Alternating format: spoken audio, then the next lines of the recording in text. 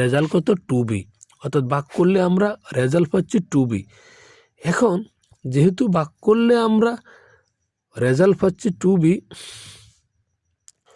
So আমরা এখানে 3b দ্বারা ভাগ করার ফলে আমরা পাবো 2a পাবো। সরি, আমি এটা তোমাদেরকে আবার দেখিয়ে দিচ্ছি। 3b দ্বারা করব, 3a দ্বারা নয়, 3b।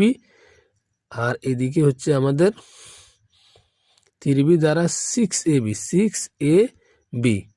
এখন 3 দুগুণে 6, এখানে আমাদের হবে a, আর এখানে হবে বিটা, এটা এখানে হবে এ বিটা, এখানে বসবে কোন বিটা, এ বিটা এখানে বসবে।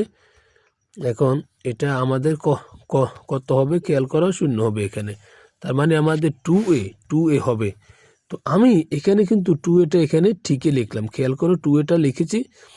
এবং নিচে আমাদের যে a প্লাস বি এটাও আমরা লিখে ফেলছি।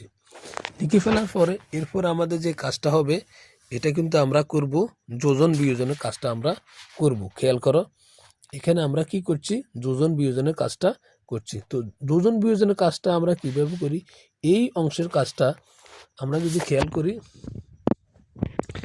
যে এই অংশের আমাদের যে কাজটা রয়েছে এটাকে আমরা যোজনের কাজ করব।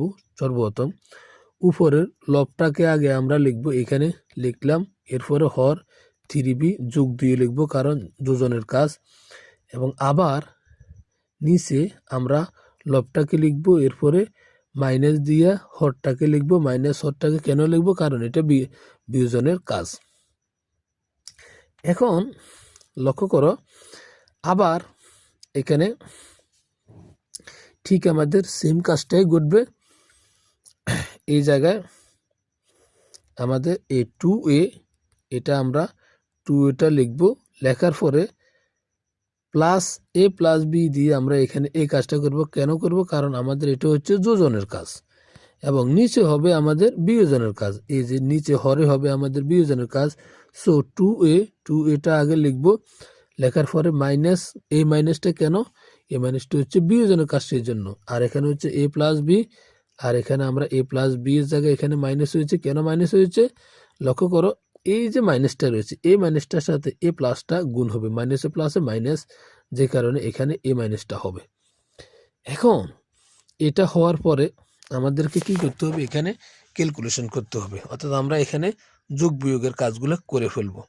তো যোগ বিয়োগের কাজগুলো আমরা যখন করব তখন আমরা একটু খেয়াল করি, এই অংশে আমরা খেয়াল করি